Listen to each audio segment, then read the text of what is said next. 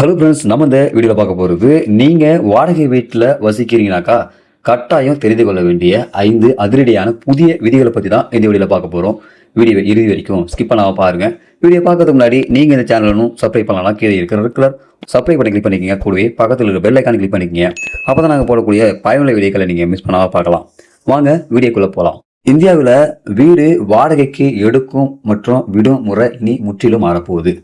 அதாவது மத்திய அரசு சமீபத்தில் அறிமுகப்படுத்திய வாடகை ஒப்பந்த விதிகள் 2025 படி வெளிப்படைத்தன்மையை கொண்டு வருவதோடு வாடகைதாரரின் உரிமைகளை உறுதி செய்வதிலும் புரட்சி செய்துள்ளது. இனி உங்களுடைய முன்பணம், அதாவது செக்யூரிட்டி டெபாசிட் பெரிய அளவுல மிச்சமாகும். வாடகைதாரரை திடீரென வெளியேற்றுவது இனி அவ்வளவு எளிதல்ல. அனைவரும் உடனடியா தெரிஞ்சுக்க வேண்டிய 3 முக்கியமான விதிகள் என்னன்னு கேட்டீங்கன்னா, அதுல 1, ஆவணத்தை ஆன்லைன்ல பதிவு செய்வது கட்டாயம். அதாவது தவறு செய்தால் 5000 ரூபாய் அபராதம் விதிக்கப்படும். இனிமேல் வெறும் ஸ்டாம்ப் பேப்பர்ல மட்டும் கையெழுத்து போட்டால் மட்டும் போதாது. இதுதான் புதிய விதிகளில் மையப்புள்ளி. அதாவது வாடகை ஒப்பந்தம் கையெழுத்தான 60 நாட்களுக்குள்ள வீட்டு உரிமையாளர் மற்றும் குடியிருப்போர் இருவரும் கட்டாயம் ஒப்பந்தத்தை மாநில அரசின் இணையதளத்துல டிஜிட்டல் முத்திரையிட்டு ஆன்லைன்ல பதிவு செய்ய வேண்டும். இந்த விதி மிகவும் முக்கியமான ஒன்றா இருக்குது. அதாவது ஒப்பந்தத்தை பதிவு செய்ய தவறினால் மாநிலங்களை பொறுத்து ரூபாய் 5000 முதல் அபராதம் விதிக்கப்படும். இனிமேல வாடகை ஒப்பந்ததாரர்கள் அனைத்தும் அரசாங்கத்தின் ஆவணங்களாக மாறும். இதன் மூலம் சட்ட பாதுகாப்பு பல மடங்கு அதிகரிக்கும் அப்படின்னு சொல்லிட்டு 1வது விதியை அனௌன்ஸ் பண்ணியிருக்காங்க. அடுத்ததா 2வது விதி என்ன கேட்டீங்கன்னா, செக்யூரிட்டி டெபாசிட் வரம்பு இனி 2 மாத வாடகைக்கு மேல் தர தேவையில்லை. இதுதான் வாடகைதாரர்களுக்கு கிடைத்திருக்கும் மிகப்பெரிய ஜாக்பாட் சலுகை. பல நகரங்கள்ல 6 மாதம் முதல் 10 மாதம் வரை முன்பணம், அதாவது அட்வான்ஸ் செக்யூரிட்டி டெபாசிட்டை வாங்குவது வழக்கம். இனி அந்த சுமை குறையுது. புதிய விதிகளின்படி குடியிருப்பு வீடுகளுக்கு வீட்டு உரிமையாளர் 2 மாத வாடகைக்கு மேல் முன்பணம் பெறக்கூடாது. அதேபோல் வணிக வளாகங்களுக்கும் இந்த வரம்பு 6 மாத கால வாடகையை நிர்ணயித்துள்ளது. அதிக முன்பணம் செலுத்துவதால ஏற்படும் நிதி சுமைக்கு இந்த விதியை ஒரு முற்றுப்புள்ளியை வைக்குதுன்னு சொல்லலாம். அடுத்ததா 3வதாக ஒரு விதி அனௌன்ஸ் பண்றாங்க. அதாவது திடீர் வாடகை உயர்வு இனி நடக்காது. அதாவது 90 நாட்கள் நோட்டீஸ் கட்டாயம் வழங்கணும்.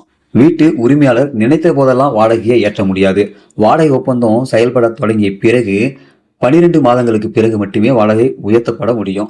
அது மட்டுமின்றி வாடகை உயர்வை அமல்படுத்துவதற்கு குறைந்தது 90 நாட்களுக்கு முன்னதாகவே எழுத்துப்பூர்வ அறிவிப்பை கொடுக்க வேண்டியது கட்டாயம். இது குடியிருப்போர் முன்கூட்டியே திட்டமிடவும் திடீர் நிதி நெருக்கடியை தவிர்க்கவும் உதவும் சொல்றாங்க.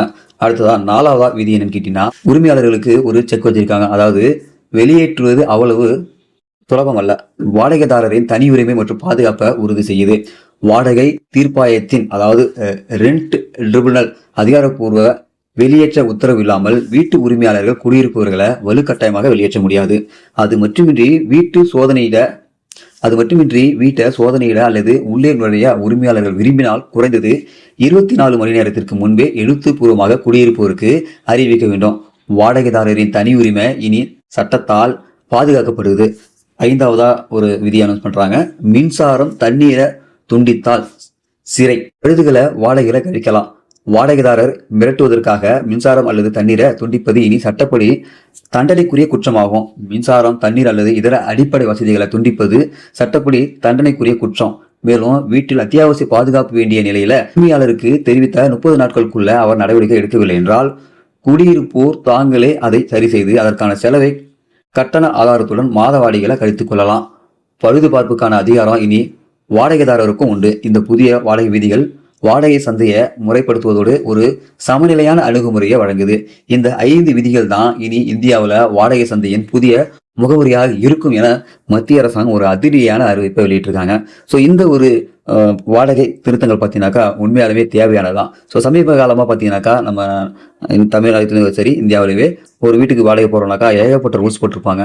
ஸோ அவங்க மேலே வரணும்னாக்கா சப்பலை கைட்டி போட்டு வரணும், மேலே சத்தம் கேட்கக்கூடாது, கீழே வீட்டை க்ளீனாக வச்சுக்கணும், வீட்டில் கிறுக்கூடாது, பெயிண்ட் அடிக்கக்கூடாது, ஆணி அடிக்கக்கூடாது. இது போல் பல நிர்பந்தங்கள் மூலமாக தான் ஒரு வாடகைதாரர் ஒரு வீட்டு ஓனர்களை அணுக வேண்டியதாக இருக்குது.